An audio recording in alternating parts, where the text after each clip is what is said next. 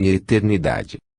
Prelibei, desde então, a glória da vida, nos deliciosos segredos que envolvem.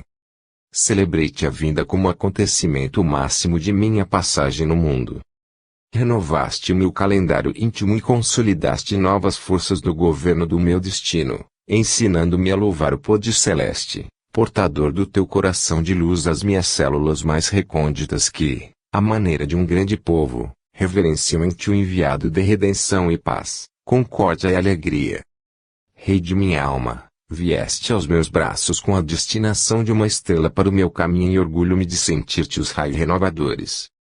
Minha serenidade vem da tua harmonia. Só aspiro a uma glória, a de permanecer contigo no reino da perfeita compreensão. Só desejo uma felicidade, a de contemplar alegria calma e bela em teus olhos misteriosos. Teu coração é o tenro arbusto que se converterá em tronco abençoado com a ajuda de minha alma, que, manancial de carinho, te afagará as raízes. Em breve, serás a árvore robusta e magnânima, enquanto continuarei sendo a fonte inalterável aos teus pés, rejubilando-me com a graça de ver-te espalhando flores e frutos, perfume e reconforto aos viajantes da estrada. Filho de minha ternura, de onde vens? De onde vimos?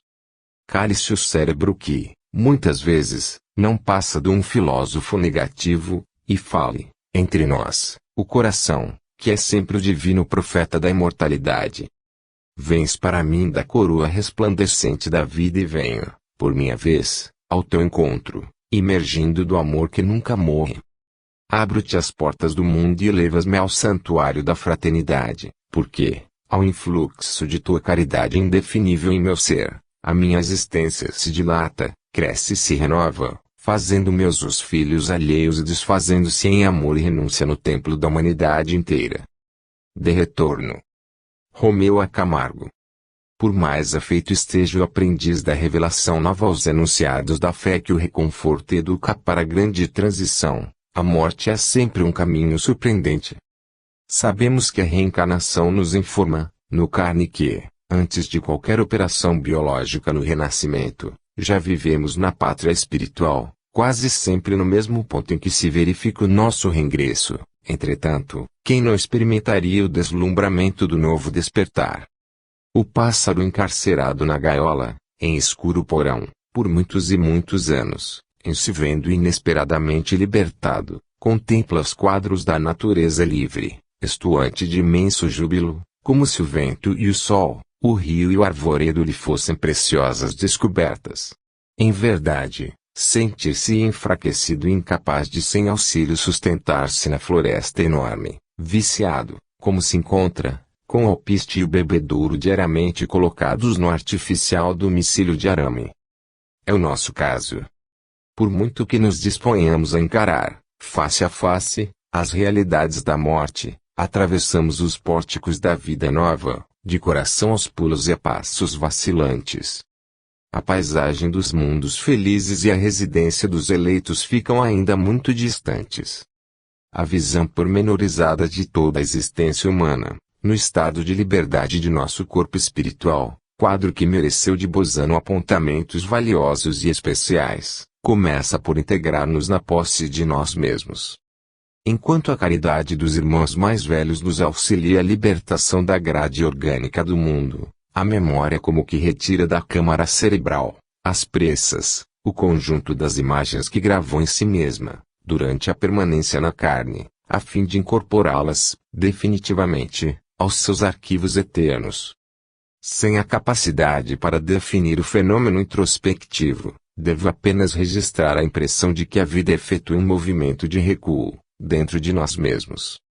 Em pensamento, voltamos da hora derradeira do envoltório somático ao berço que nos vê ressurgir na terra e aí somos geralmente surpreendentes por extensa barragem de sombra, estabelecida pelo choque de retorno da alma às correntes da vida física, que raros espíritos desencarnados conseguem transpor de imediato. Para mim, igualmente, o obstáculo foi dificílimo. De peito e braços hirtos, embora os afeiçoados me certificassem do desprendimento, aflito, mas imóvel, assisti ao desenrolar de minha existência última, com todo o séquito de meus atos, palavras e pensamentos, como se a minha vida fosse uma película cinematográfica projetada, ao inverso, na tela de minha consciência. Tudo claro, eficiente e rápido. Atingido, porém, o instante exato em que reapareciam as horas da meninice, intraduzível turvação mental me absorveu o raciocínio.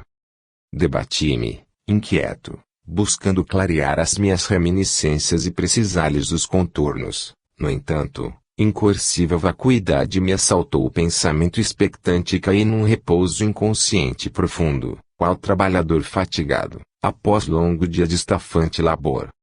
Quando acordei, convenci-me de haver reconquistado o equilíbrio total. O leito-alvo, em amplo e bem arejado aposento, obrigou-me a refletir na hospitalização. Quis movimentar-me, mas não pude. Meu corpo me parecia chumbado ao lençol farto e mácio. Tentei erguer as mãos, no gesto instintivo do enfermo que, ávido, procura a campainha de chamada. Contudo, meus braços desobedeceram, como se fossem de bronze.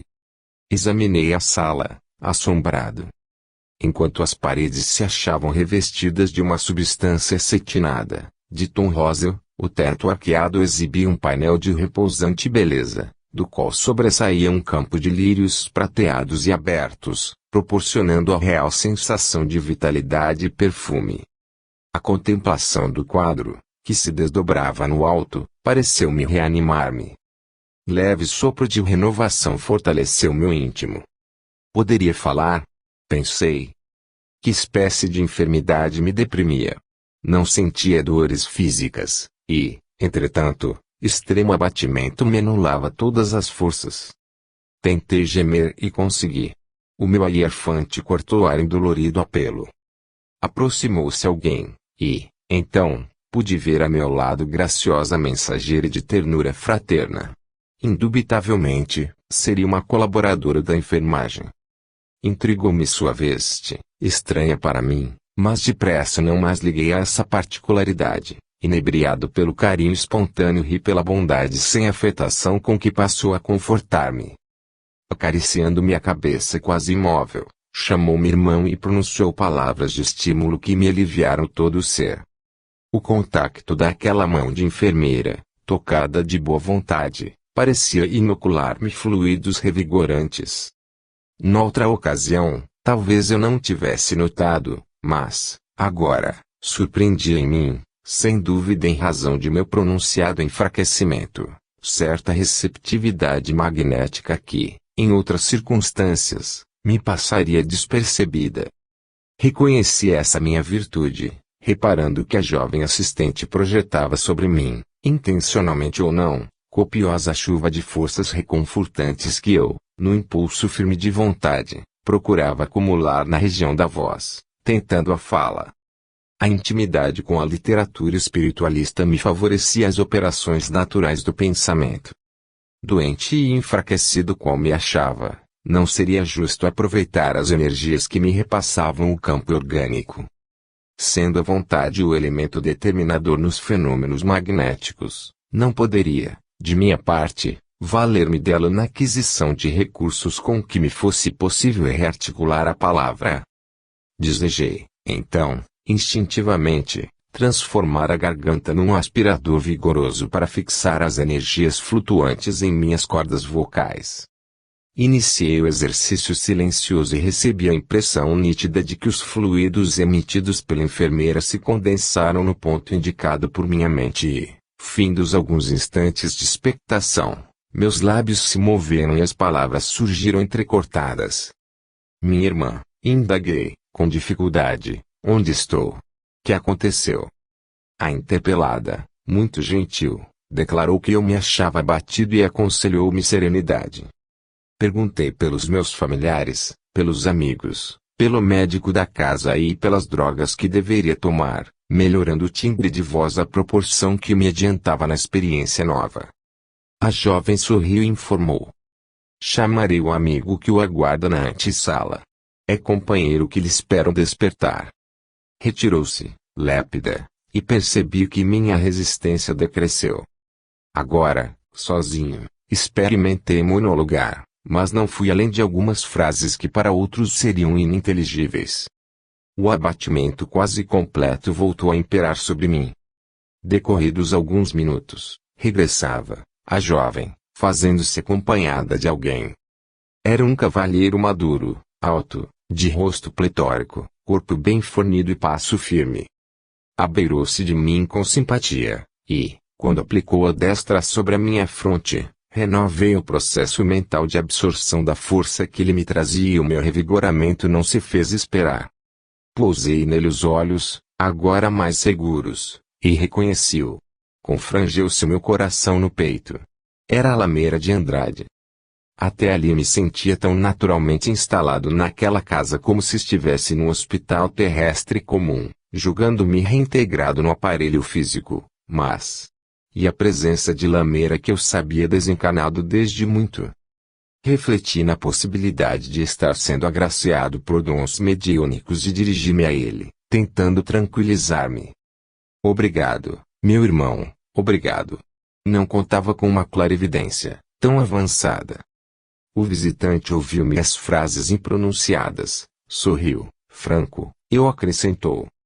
Você já dormiu bastante e deve sabê-lo. Acha-se no hospital de emergência. Você, Romeu, está desencanado. A inopinada revelação me golpeou profundamente. O coração, como se fora lançado por invisível chicote, bateu precipite no tórax. Aturdi-me. Apalpei o leito, as vestes, a mim mesmo, tudo tangível, adensado, concreto.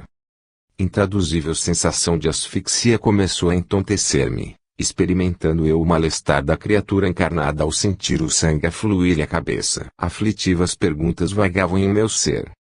Como teria sido aquilo? E meus interesses na terra?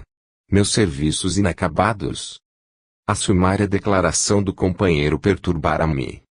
Recordei a desenvoltura com que nos habituamos a doutrinar os irmãos desencarnados na experiência comum, e somente aí senti brotar em meu íntimo a verdadeira piedade por todos os que são arrebatados à realidade da morte, na ignorância do além. Lameira percebeu meu constrangimento e informou, prestativo. Meu caro, com a transição pelo túmulo nada se acaba, mas tudo se modifica, se nos achamos efetivamente empenhados no verdadeiro aperfeiçoamento. Agora, as oportunidades são outras, as do mundo foram interrompidas. O que você fez está feito. Talvez porque meus olhos se nublassem de prato, aditou em voz firme. Não cultive qualquer estado mental deprimente. Onde a matéria é mais leve, a vibração espiritual é mais importante. Lembrei-me de antigos estudos e esforcei-me. Logrei concentrar, de novo, as minhas energias e, confortado, perguntei por meus familiares de outro tempo, estranhando não me houvesse recebido ali, no recomeço da vida nova. Com a mesma calma, o prestimoso companheiro explicou, delicadamente. Nem todos podem retornar, com o êxito desejável, à comunhão com o círculo doméstico. Há emoções violentas que nos prejudicam, sem que percebamos isso. A planta frágil exige proteção. Adaptação e crescimento são imperativos artigos da lei. Espere. E contou que inúmeros irmãos desprevenidos, quando se rebelam contra o socorro assistencial de que me via rodeado, são naturalmente atraídos para velhos círculos de luta, escravizando-se a sensações que não mais se justificam, e passando a viver em longo processo de vampirismo natural. A palestra do amigo, reportando-se a paisagens sombrias e almas atormentadas, quando me afligiam os meus próprios cuidados, acabou por levar-me a indefinível batimento. Assaltou-me a dispneia dos asmáticos. Lameira compreendeu tudo, silenciou como quem ora sem palavras e começou a aplicar-me passos na região do baço. Vi-lhe as mãos, despedindo brilhantes raios róseos, arrancando, ao contato de minha epiderme, fios tênues de uma substância azul violácea. Pouco a pouco, reparei que forças novas me invadiam, como se eu fora emperrada a máquina repentinamente lubrificada e restituída, com êxito, às suas funções normais. Terminada a intervenção magnética e surpreendido ante o milagroso efeito, pude sentar-me, amparando-me nos braços do amigo que se acomodou ao meu lado, com o sorriso do colaborador vitorioso e feliz. Aqui, esclareceu, bondoso, o passe é uma transfusão de energias, com resultados imediatos, quase milagrosos. E porque eu indagasse sobre o tempo em que me cabia esperar a restauração plena, ponderou. Romeu, em nossas atividades comuns na Terra, clareamos a vida, mas somente por fora, com a lâmpada sublime dos conhecimentos espiritualistas e, da existência tiramos todos os proveitos, assim como o pomicultor avarento ou ignorante colhe os frutos da árvore sem lhe auscultar as necessidades e sem sequer uma nota de reconhecimento aos serviços que ela lhe presta, supondo-se o credor absoluto de suas vantagens preciosas. É assim, meu amigo, que desencarnamos. Tão plenos de confiança no céu, quanto vivíamos alvoroçados com as revelações na terra, mas vazios de espiritualidade santificante. Fez breve pausa, como se quisesse dar algum repouso à minha atenção, e prosseguiu. E por mostrarmos aqui o que realmente somos, basta às vezes não passamos de mendigos ou de cegos, com o poder de pronunciar lindas palavras, mas sem irradiar ondas de simpatia ou de edificação aos outros seres. Na esfera que deixamos para trás, usávamos o corpo denso quase sempre sem lhe analisar a grandeza, o coração, o cérebro, os pulmões, o fígado, o baço, os rins, sustentados por glândulas de recursos sutis, não vivem à mostra, no veículo que baldeamos no túmulo, como trapo velho, e, no entanto, desempenham funções básicas em nossa comunhão com os ensinamentos preciosos do plano carnal. Valemo-nos desses órgãos quase sem nenhuma consideração para com os reais benefícios que nos prestam, e, se algum dia nos recordamos deles, com frequência, quando destrambelham, irritados ou enfermos, geralmente por nossa própria culpa. Em muitas ocasiões, antes dos 40 anos de idade, no corpo físico, desequilibramos o aparelho circulatório, impondo-lhe comoções violentas da nossa cólera destrutiva, viciamos as células cerebrais com o provocar e manter pensamentos perturbadores, ulceramos o estômago, ingurgitamos o fígado ou obstruímos os rins com alimentação imprópria, ou com tóxicos vários, despendendo anos e anos em reparos do carro físico, os quais nem sempre se levam a termo por nos surpreender a morte antes do integral reajustamento.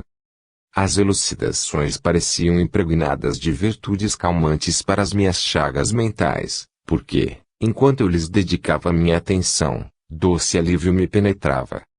Lameira interrompeu-se, fitou-me longamente e, como se quisesse imprimir maior significação às palavras, modificou o tom de voz, prosseguindo, delicado. Imagine semelhante situação aplicada à nossa alma. Nosso corpo espiritual encerra também potentes núcleos de energia, que, entretanto, não vivem expostos à visão externa, qual acontece ao veículo de carne. São centros de força, destinados à absorção e à transmissão de poderes divinos, quando conseguimos harmonizá-los com as grandes leis da vida. Localizam-se nas regiões do cérebro, do coração, da laringe, do baço e do baixo ventre. Não importa que a ciência do mundo os desconheça por enquanto. O conhecimento humano avança por longos e pedregosos trilhos. A circulação do sangue e a nutrição das células só agora vão recebendo alguma claridade nas observações cotidianas, e os processos da geração constituem ainda quase um enigma para os investigadores da vida renascente. Não é de estranhar, portanto, que a inteligência mediana da Terra ainda ignore o profundo e complexo mecanismo da alma. Percebeu Lameira a imensa atenção com que lhe seguia as palavras e, provavelmente condoído de minha prostração, acentuou. Aliás, quero esclarecer-lhe que, com esta minha minuciosa explicação, desejo apenas salientar que raramente desencarnamos em condições satisfatórias. À proporção que nos desenvolvemos em conhecimento, cresce nossa capacidade de pensar, e quem pensa gera determinadas forças e as irradia. Para estilo mais conciso, recorramos à simbologia, sempre valiosa em qualquer lição. Imaginemos o fruto verde e o fruto maduro. O primeiro denominar-se-á em longo estágio preparatório, elaborando a polpa, Ainda sem expressão de utilidade, o segundo já se oferece pronto a quantos queiram aproveitar-lhe a carne e a renovar-lhe as virtudes na sementeira, ou em benefício de seres inferiores que vivem na terra. A imagem é pálida e insuficiente, mas serve para confronto rudimentar. Enquanto a mente da criatura transita nas zonas selvagens, sob os fluidos condensados da carne, ou sem eles, não possui recurso de autoprojeção, em face do círculo restrito em que vibra, mas, se nossa razão amadurece, o campo do pensamento se alarga à distância nossa influência individual. É natural que a força emitida nos alcance em primeiro lugar. Se o benfeitor é o primeiro a envolver-se nas irradiações do bem que produz, o homem incauto, que despede as negras correntes do mal, é também o primeiro a sofrer-lhes o efeito. Assim aqui, muito especialmente depois da morte, temos nossa organização espiritual ligada às nossas próprias criações. Quase sempre, acordamos com centros de força viciados pelos quadros mentais a que por muitos e muitos anos demos origem e sustento. As possibilidades de imaginar e de desejar aumentam-nos a responsabilidade. Somos, na Terra, dentro da esfera da razão, frutos amadurecidos que, sem proveito integral para os demais, em vista de nossa constante fuga ao trabalho, nos intoxicamos, dando pasto a elementos viciosos que deveríamos reconhecer incompatíveis com a nossa atual posição. Dispondo de tantos recursos de serviço, sem a devida aplicação, assemelhamos-nos também, de algum modo, ao poço de águas estagnadas, que desenvolve micro-organismos prejudiciais, ao invés de semear benefícios, e somos habitualmente surpreendidos pela morte nessa inconveniente situação. Os grandes ensinamentos das religiões são fórmulas que, aplicadas nas experiências de cada dia, operam a higiene e iluminação de nossa alma, rumo aos degraus superiores. Todavia, enquanto permanecemos no corpo, infinita é a nossa distorção. Invariavelmente dispostos a ensinar o bom caminho aos outros, dele nos afastamos, sempre que a virtude nos peça algo contra os nossos desejos. Valendo-me da pausa natural de sua palavra carinhosa e fluente, arrisquei. Quer dizer então que... Lameira não me deixou terminar.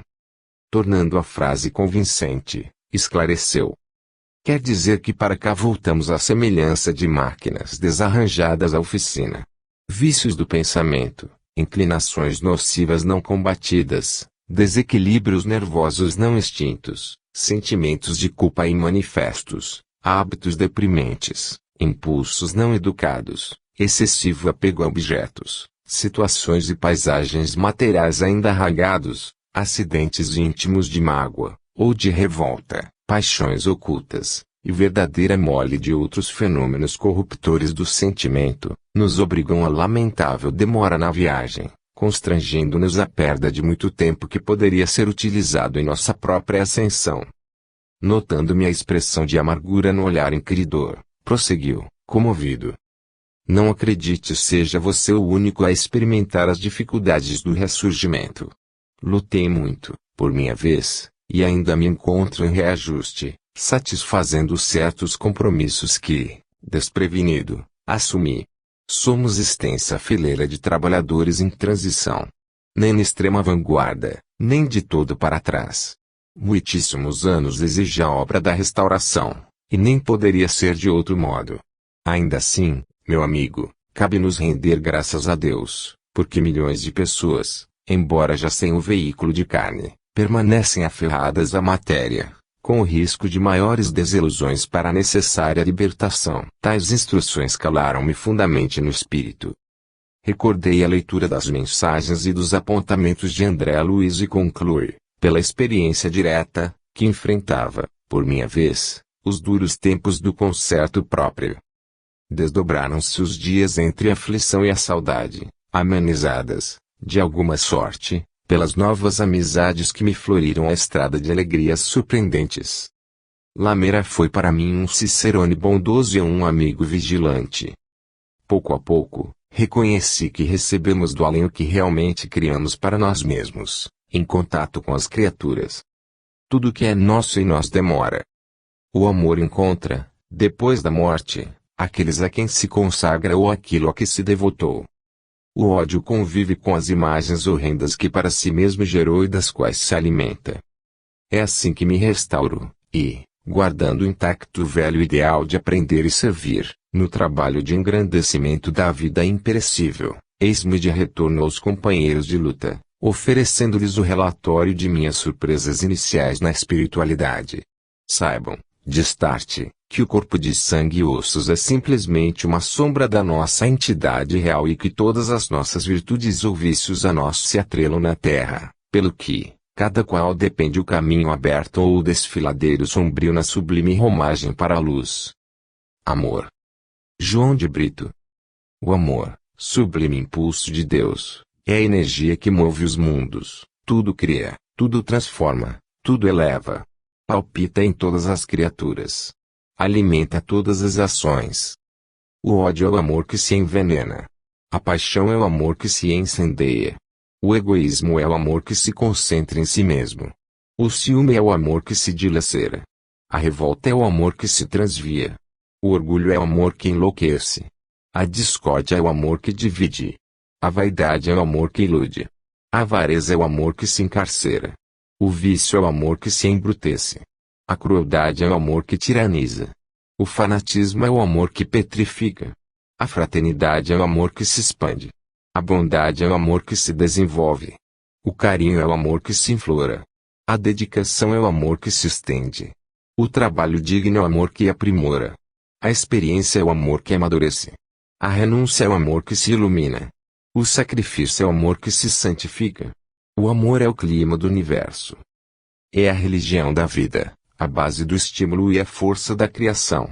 Ao seu influxo, as vidas se agrupam, sublimando-se para a imortalidade. Nesse ou naquele recanto isolado, quando se lhe retire a influência, reina sempre o caos. Com ele, tudo se aclara. Longe dele, a sombra se coagula e prevalece. Em suma, o bem é o amor que se desdobra, em busca da perfeição no infinito, segundo os propósitos divinos, e o mal é, simplesmente, o amor fora da lei. Apreciações. Robert Soltei. A distância do Brasil, em outro tempo, vazia não era nossa admiração pelo gigante da América, que se ergueu, há 4 séculos, sob o signo do cruzeiro, para desempenhar expressiva missão no concerto dos povos civilizados. Partilhando-lhe a obra de fundação com os expatriados da antiga corte portuguesa, embora me recolhesse ao mundo britânico, pelas bênçãos da reencarnação, no século XVIII, não me foi possível sufocar, de todo, as inclinações que me arrastavam para a terra admirável de Santa Cruz, então perdida para minha visão espiritual no maciço das grandes florestas. Não obstante o amargurado carreiro por que transitei através de incidentes e acidentes dolorosos, o mistério verde da mata permanecia vivo em meu coração, e o contato com a literatura da Inglaterra e do continente europeu nunca me subtraiu as imprecisas reminiscências. É por isso que, hoje, valendo-me do hall que o Espiritismo me oferece para visitar, onde leve, a alma brasileira, regozijo-me assinalando a vida nova que se edifica na paisagem soberba e farta, cujo quadro inexprimível faz o êxtase de todos os artistas da sensibilidade e da inteligência, desde Pero Vaz de Caminha, o prestimoso corresponde de Dom Manuel.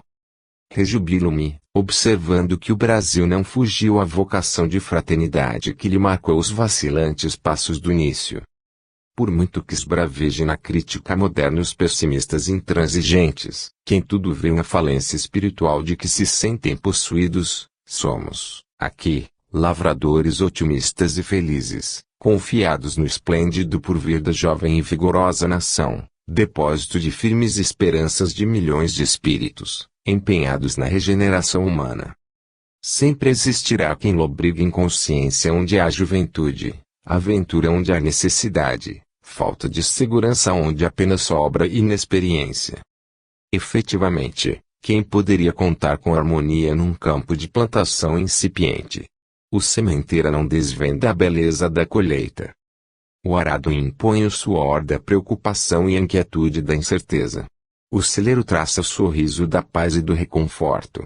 E a hora atual do Brasil ainda é de preparação intensiva, de ação experimental e de esforço edificante. Os nefelibatas do idealismo sem obra se referem às realizações monumentais dos povos avançados, estabelecendo descaridoso confronto entre a comunidade brasileira, ainda em processo de ajustamento, e aqueles países de hegemonia política, olvidando o senso das proporções. Não advogaríamos a causa do Brasil, que não necessita de nós para fazer-se valer na civilização contemporânea, nem desrespeitaríamos as grandes nações que orientam a vida moderna. Entretanto, seria ilícito indagar se conviria o progresso material sem alicerces morais suficientemente consolidados. De que nos valem o poder aquisitivo, a técnica das indústrias, a produção em massa, a universidade ativa e a riqueza rural, se não possuímos dicas capazes de barrar as paixões individuais e as raciais, que ateiam o ruinoso fogo da guerra? De que serve construirmos soberbos templos, levantados à fé e à arte, para depois serem incendiados pelo nosso próprio vandalismo? Será razoável sensibilizar a alma coletiva com espargimento de ideias salvacionistas, inclusive as de bondade fraterna e as de boa vizinhança, bombardeando, em seguida, hospitais e lares abertos?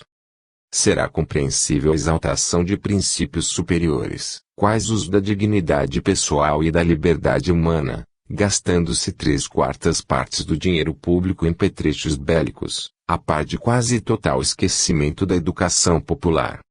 Não louvaríamos os que edificam a escola, armando os alunos para derruírem depois? A vida não é trepidação de nervos, a corrida armamentista ou a tortura de contínua defesa, é expansão da alma e crescimento do homem interior, que se não coadunam com a arte de matar. Sobre este mundo, em que a inteligência perquire as forças mais íntimas da natureza, mas somente para conservar o poderio e do domínio destrutivos, um novo mundo surgirá. Não consideramos riqueza a posse de vastos potenciais econômicos, sem respeito pelos fundamentos morais, e nem julgamos dignos de apreço os palácios que se levantam em nome da cultura para a exaltação da força contra o direito, da prepotência contra a justiça e da raça contra a humanidade. A palavra do Cristo vagueia no mundo sem encontrar ouvidos que a recolham. As igrejas, que a distribuem, até certo ponto se assemelham a conservatórios de música preciosas sem artistas que a interpretem. O romano arrogante e dominador, o grego inteligente e espirituoso, o fenício comerciante e astuto, e o judeu obstinado e rebelde ainda se fazem sentir, sob indumentária nova, em todas as latitudes da terra, com o mesmo vício espiritual de há 20 séculos. Em contraste com a sublimidade do Evangelho, temos a impressão de que a consciência humana ainda não se desamarrou das fraldas infantis. Excetuadas algumas organizações individuais, tocadas de santificante heroísmo, em todas as nações o conteúdo de animalidade na massa anônima revela que a civilização ainda próxima se encontra da caverna dos primatas e que o barco da vida, por enquanto, veleja muito longe do porto em que lhe cabe atracar. Sob o ponto de vista moral, o homem comum, em muitos aspectos, ainda lembra o chimpanzé, agora com a inteligência desenvolta. De alguns milênios para cá, a mente humana tem demonstrado diminutas alterações para o melhor. A crueldade e o vício tornam, quase que invariáveis, a arena da luta planetária, exibindo novas formas. Povos aparecem e desaparecem, sob as leis da morte e da reencarnação. A geografia política sofre modificações em todas as épocas, mas o espírito é o mesmo. Equiparam-se a miserabilidade ao trono do poder sem a majestade espiritual, a glória sem educação ou a liberdade sem deveres. Em razão disso, o cultivo da fraternidade na terra brasileira, onde representantes de quase todos os povos se entrelaçam para a obra do entendimento mundial, é indubitavelmente uma nova esperança para a vida na terra. Sob a luz do cruzeiro, o pensamento do Cristo adquire nova feição. Libertado da velha clausura dos templos de pedra, caminha ao encontro de toda a gente, em obras de iluminação e de assistência do mais alto mérito. Em nenhum outro país do globo a prática do Evangelho adquiriu tão intenso movimento e tal progresso. Achamos que o serviço de aplicação do cristianismo não é tarefa que se confira aos governos. Com raras exceções, a casa de saúde e o asilo mantidos pelos orçamentos oficiais são institutos irrepreensíveis, sem dúvida, mas, na maioria das vezes, guardam simplesmente o rigor e a impassibilidade das próprias leis que o geram. As casas abertas à fraternidade, somente quando dirigidas pelo coração, é que se revestem de valores mais altos. É possível promulgar decretos respeitáveis, determinando os mais completos serviços de solidariedade, todavia, a execução deles se resume na monumentalização de programas estabelecidos, em obras de pedra, com o séquito dos servidores pagos, rigidamente enquadrados às disciplinas estatutárias, mas, muitas vezes, sem o sentimento espontâneo do bem, que é a alma do serviço. Daí a falência das portarias e ordens administrativas nas tarefas que dizem respeito à iluminação do homem. O ministério cristão não começou entre as autoridades administrativas, mas sim no seio do povo, por intermédio de alguns homens e mulheres de vida simples, indicando-nos a comunhão fraterna por única via de aplicação dos princípios regeneradores, descidos do céu. O Brasil entendeu a sugestão divina e, em pleno século das grandes guerras, violentas e ferozes, vemo-lo agasalhando a boa nova renascente, sob o manto luminoso do espiritualismo, da solidariedade e da paz, erguendo templos e educandários, creches e sanatórios, abrigos e hospitais, com alicerces no sentimento puro de seus filhos, descerrando a era nova em que os homens se amarão realmente uns aos outros. No apostolado da hora primeira, não vemos Jesus disputando a governança terrestre para transformar o mundo. Não se empenha ele em acordo políticos com o Império Romano, nem requisita lugar no Sinédrio. Toma a seu cuidado alguns corações humildes e de boa vontade, plasmando nelas a fundação do reino divino. Principia a obra redentora, de indivíduo para indivíduo, de alma para alma, de coração para coração. Jesus chama Pedro e André e, em seguida, busca Tiago e João. Do mestre aos discípulos e dos aprendizes aos seguidores, há alegações conscienciais. Entre as atribulações do mundo moderno, possuímos, de novo, nas linhas da evolução brasileira, o ministério salvacionista. Levanta-se o homem, voluntariamente, para abraçar o companheiro ignorante ou fraco e acolhê-lo. Indiscutivelmente, achamo-nos ainda muito longe da vitória final. Até lá, milhões sofrerão o cerco das sombras e das lágrimas. Contudo, diante da nova pátria, verdejante e farta, que o Brasil oferece à fraternidade mundial, no elevado entendimento da missão que lhe cumpre, nossas esperanças se elevam, em cânticos de louvor, ao céu, com a certeza de que a terra por vindouras será o lar abençoado de uma humanidade mais feliz. Insensatez. Joana de Guzmão. Ah! Se eu pudesse voltar ao mundo, gemia a alma frágil e doente, sob imenso nevoeiro no vale das sombras, como seria diversa a vida para mim. De certo, não me lembraria com precisão das algemas que me aferram no abismo, porque a divina compaixão teria apagado temporariamente as nódoas de vinagre e fel que me dilaceram a memória. Entretanto, jamais olvidaria a piedade e o reconhecimento que devo cultivar diante da natureza, esse sagrado altar de Deus. Ó Senhor, caminharia, então, ao encontro dos irmãos aflitos e sofredores, oferecendo-me em holocausto ao amor. Buscaria a humanidade por minha grande família, sentindo nos companheiros ignorantes os mais necessitados de meu concurso, receberia os dissabores por bênçãos, valendo-me deles para estender o raio de minha experiência na aquisição da verdadeira sabedoria. Aproveitaria as oportunidades do mundo, sem permitir que a inferioridade dos homens me vencesse. Transformaria o coração numa fonte de claridade e de consolo, a fim de que todos os seres em mim encontrassem a paz e o bom ânimo. Empenhar-me-ia na abençoada luta pelo bem, como as árvores dadivosas se prendem ao solo, esparzindo-se em flores de serviço e morrendo erectas para, até a última hora, estender a sombra da ramagem. Aceitaria os obstáculos como espinhos de uma coroa de sacrifício para a suprema glória do Espírito. As horas, ó Senhor, as horas seriam patrimônio bendito para o meu novo modo de ser. Atravessá-las ia, semeando a felicidade entre todos, transubstanciando-me em esclarecimento para os ignorantes, em pão eterno e em água viva para os famintos e para os sedentos da estrada. Abominaria o descanso criminoso, que muita vez me arremessou ao despenhadeiro da indiferença ante as amarguras do próximo. Nunca mais me furtaria aos deveres pesados, mas gloriosos, que nos retém nas doces cadeias da solidariedade, e aprenderia louvando-te, que a flor é um cântico de beleza e de renovação em toda parte.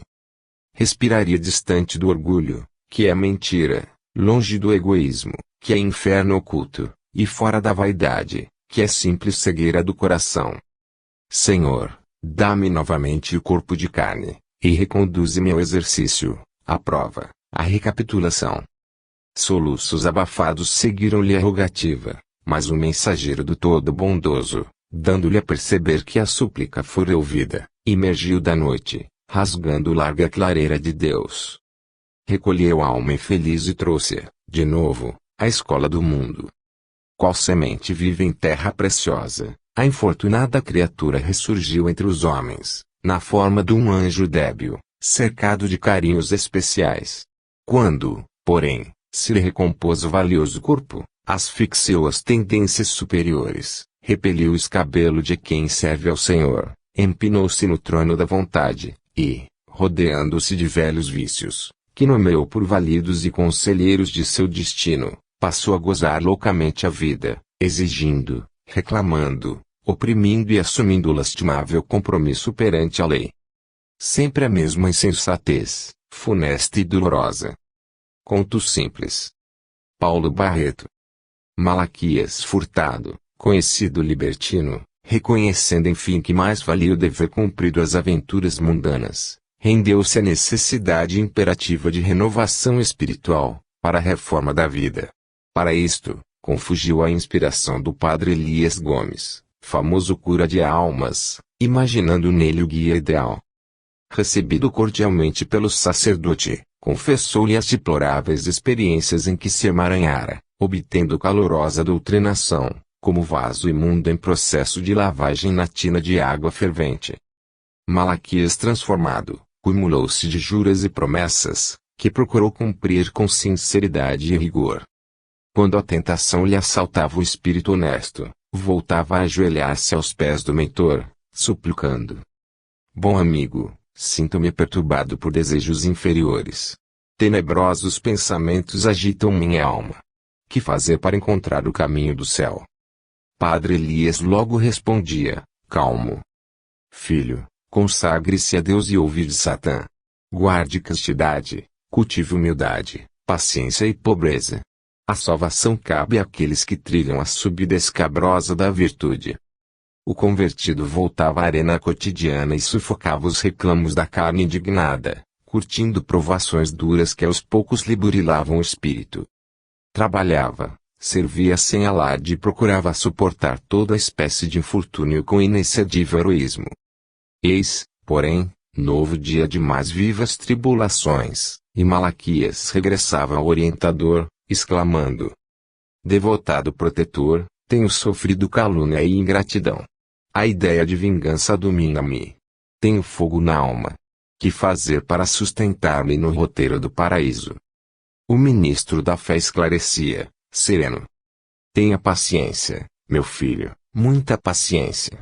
Para consolidarmos em nós a tranquilidade, é imperioso perdoar infinitamente. Não nos esqueçamos dos velhos ensinamentos. Desculpemo-nos até 70 vezes 7, oremos pelos nossos inimigos e perseguidores. Quem ofende, condena-se, quem exerce a tolerância fraterna, exalta-se. Malaquias aceitava, confiante, as ponderações ouvidas e tornava, confortado, as lides que o céu lhe reservara. Devolvia o bem pelo mal e continuava, na condição do discípulo fervoroso, experimentando os conselhos obtidos, disciplinando os seus sentimentos, sorrindo para os algozes, cedendo aos adversários e mantendo inalterável submissão ao que ele considerava como sendo as imposições divinas.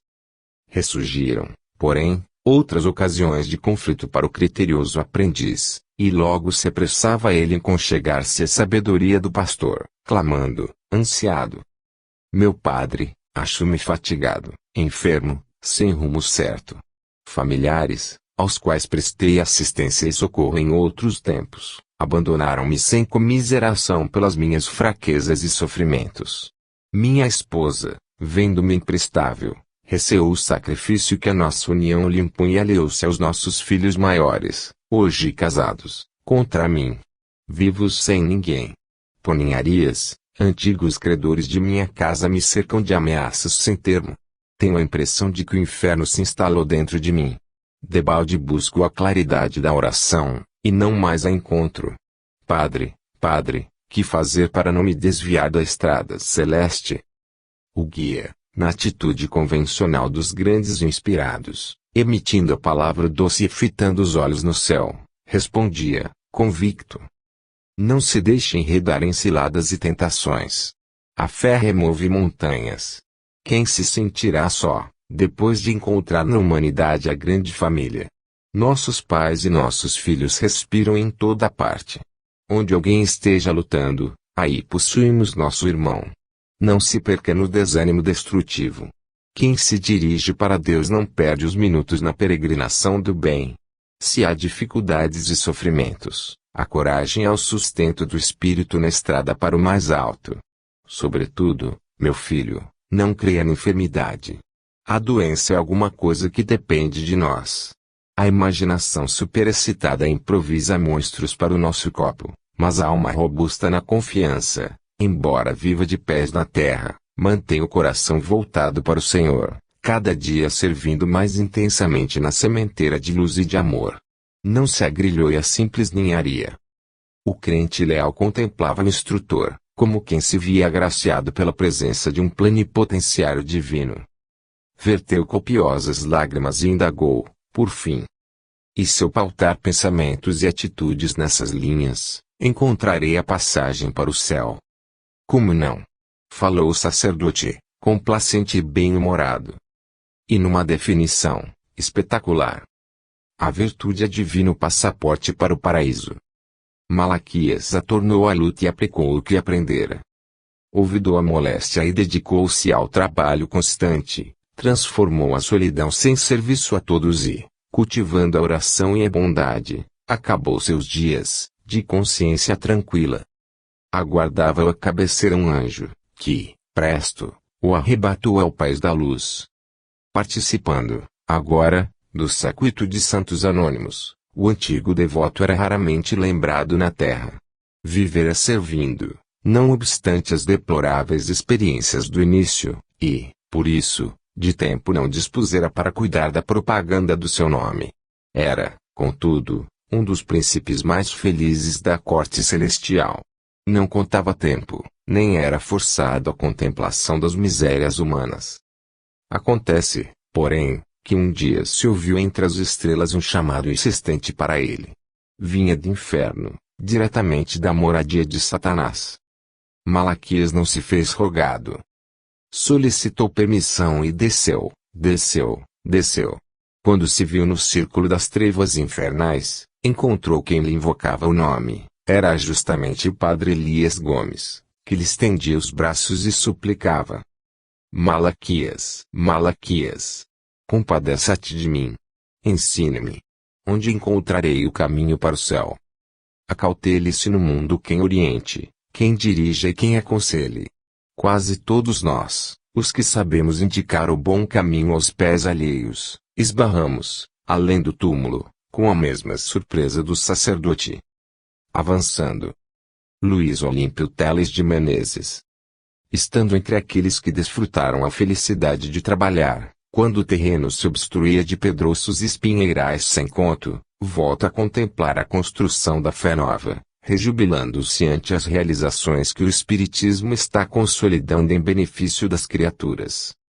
Dantes, era a excessiva preocupação do fenômeno, indefinível tortura intelectual, amontoando-se números e apontamentos em febril estatística. Hoje, porém, uma compreensão mais sadia desponta, luminosa e providencial.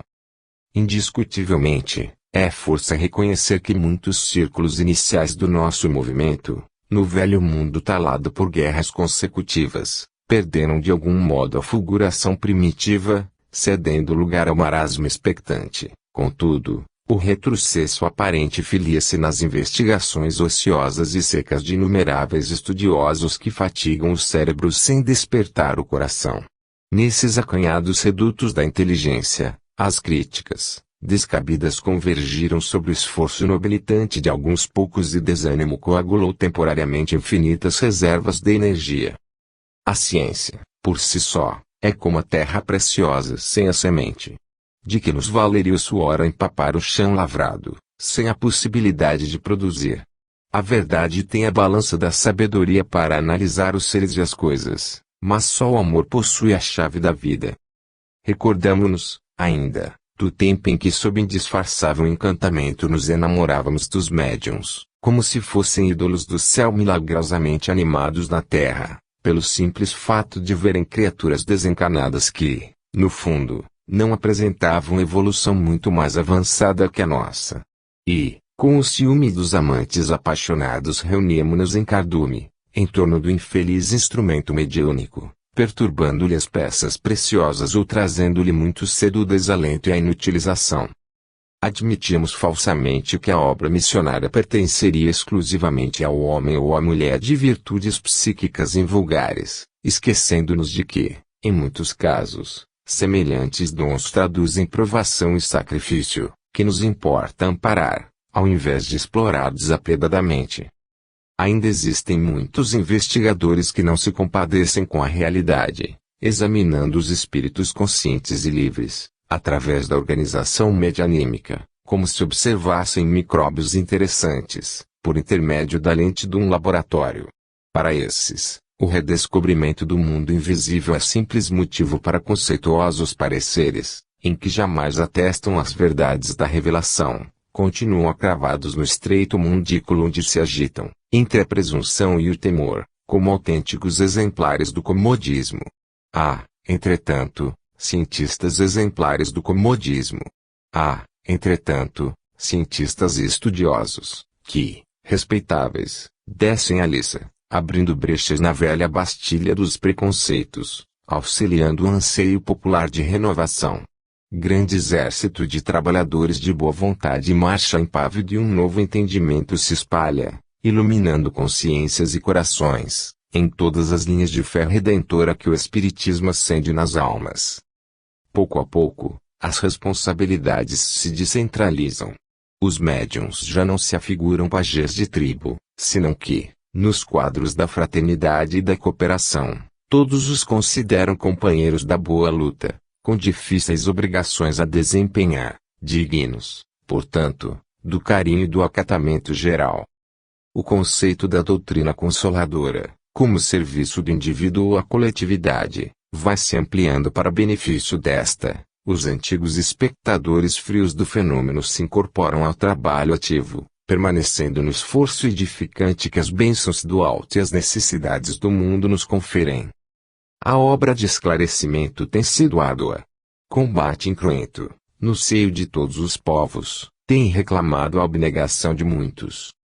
Julgou-se a princípio que os mensageiros da espiritualidade pretendessem arrebatar o homem para o céu, e vários servidores da primeira hora se embriagaram na perspectiva de ingresso definitivo nos mundos felizes, com absoluto esquecimento do trabalho que os retinha na carne. Esses companheiros desprevenidos, de braços cruzados e cabeça inquieta, sondavam outros lares do sistema e exigiam notícias da imensidade de Júpiter e de Saturno, inconformados com nosso domicílio singelo na corte solar. Agora, porém, vamos compreendendo que os emissários do Cristo não nos exoneram da responsabilidade, nem nos desatam os compromissos, e, longe de pretenderem violentar a inteligência humana, constrangendo-a a demandar um Éden que ela não pode entender por enquanto, buscam fortalecê-la para que transforme a terra em paraíso. Os ideais sublimes que albergamos na alma são forças vivas, que tentam sua própria materialização no plano em que residimos. Uma grande fé representa uma grande luz. Uma virtude firme é uma benção indiscutível. Esclarece-nos, contudo, a experiência que a missão da luz é o socorrer as trevas, e que o prover de conforto e esperança dos deserdados em ministério da virtude. Gradativamente estamos aprendendo, na tarefa de redenção e de aprendizado que fazemos, todos juntos, que o Espiritismo é a claridade no indivíduo, a expandir-se deste para que as sombras da ignorância e do sofrimento sejam expulsas da terra. Fazer algo pelo bem na extinção do mal é obrigação de todos, no apostolado comum. Onde houver um raio de certeza na sobrevivência da alma, aí deve aparecer mais justiça e mais alegria de ser útil. A vida não cessa. O burilamento continua além da morte. E os objetivos últimos do universo, por enquanto, transcendem as nossas possibilidades de compreensão. Baste-nos a certeza que a justiça está funcionando e de que, tanto agora quanto depois, aqui como além, receberemos de acordo com as nossas obras. Se o Espiritismo aboliu o inferno de tormentos inextinguíveis, modificou profundamente a paisagem do céu. Sabemos hoje que o homem é um anjo nascente e que séculos correrão sobre séculos antes de fim da empresa de seu apuro. Graças a Deus, estamos avançando. Convertamos, assim, a contemplação em atividade benfeitora, a fé em serviço ativo, e, como células harmoniosas do divino organismo do mundo, transitaremos entre a existência e a morte, do berço ao túmulo e da espiritualidade ao renascimento, como filhos conscientes da eterna sabedoria, crescendo, felizes, para a vida imortal. Um dia. Isabel de Castro. Um dia, Sócrates deliberou sair de si mesmo, apresentando alguns aspectos da verdade, e imortalizou-se. Um dia, Colombo resolveu empreender a viagem ao mundo novo e desvelou o caminho para a América. A gloriosa missão de Jesus começou para os homens no dia da manjedoura. O ministério dos apóstolos foi definitivamente homologado pelos poderes divinos no dia de Pentecostes. Tudo no universo começa num dia. O bem e o mal, a felicidade e o infortúnio, a alegria e a dor, invocados por nossa alma, guardam o exato momento de início. Quando plantamos, sabemos que a produção surgirá certo dia. Se encetamos uma jornada, não ignoramos que, em certo momento, ela terminará. Um dia criamos, um dia recolheremos. Não ouvides, porém, que a semente não germinará sem cuidado, em tua quinta. Se deres teu dia à erva ingrata, ela se alastrará, sufocando-te o horto amigo. Se abandonares teus minutos aos vermes daninhos, multiplicar-se-ão eles, indefinidamente, impedindo a colheita. Ocupa-te com o dia, de olhos voltados para a eternidade. Das resoluções de uma hora podem sobrevir acontecimentos para 1000 anos. Tudo depende de tua atitude na intimidade do tempo. Judas era um discípulo fiel a Jesus, mas, um dia, acreditou mais no poder frágil da terra que na administração do céu, e traiu a si mesmo. Madalena era estranha mulher, possessa de 7 demônios. Um dia, no entanto, ofereceu-se à virtude e inscreveu seu nome na história, figurando no cânone das almas inesquecíveis. O amanhã será o que hoje projetamos. Alcançarás o que procuras. Serás o que desejas. Acorda para a realidade do momento e amontoa bênçãos pelos serviços que prestaste e pelo conhecimento que difundiste em tuas horas. O tempo é o rio da vida e cujas águas nos devolvem o que lhe atiramos. Enquanto dispões das horas de trabalho, dedica-te às boas obras. Se acreditas no bem e lhe atendes, cedo atingirás a messe da felicidade perfeita. Mas se agora mofas do dia, entre a indiferença e o sarcasmo, guarda a certeza de que, a seu turno, o dia se rirá de ti. Penitência. Joaquim Arcoverde. De todos os viajantes que atravessam o rio da morte, sem dúvida é o sacerdote aquele que mais se surpreende, ante o inesperado painel da realidade além-túmulo. A pompa de culto externo entre os homens constitui para ele algo mais que o título e a condecoração para um general vitorioso na terra, porque o militar, ainda mais duro, sempre se dobra às injunções da disciplina humana e não espera a conservação de suas medalhas nas remotas cidades do paraíso, ao passo que o clérigo, iludido pela própria vaidade, invariavelmente presume ser eleito para a corte celestial. Em razão disso, o sopro da verdade é para ele mais frio, quando o corpo ao quebrado se confunde com o pó. Nossa pequenez, diante da vida, adquire então estarrecedor aspecto, e reconhecemos, com tardo arrependimento, que a religião é viveiro de almas, não cárcere do pensamento. Algo de terrível sucede conosco.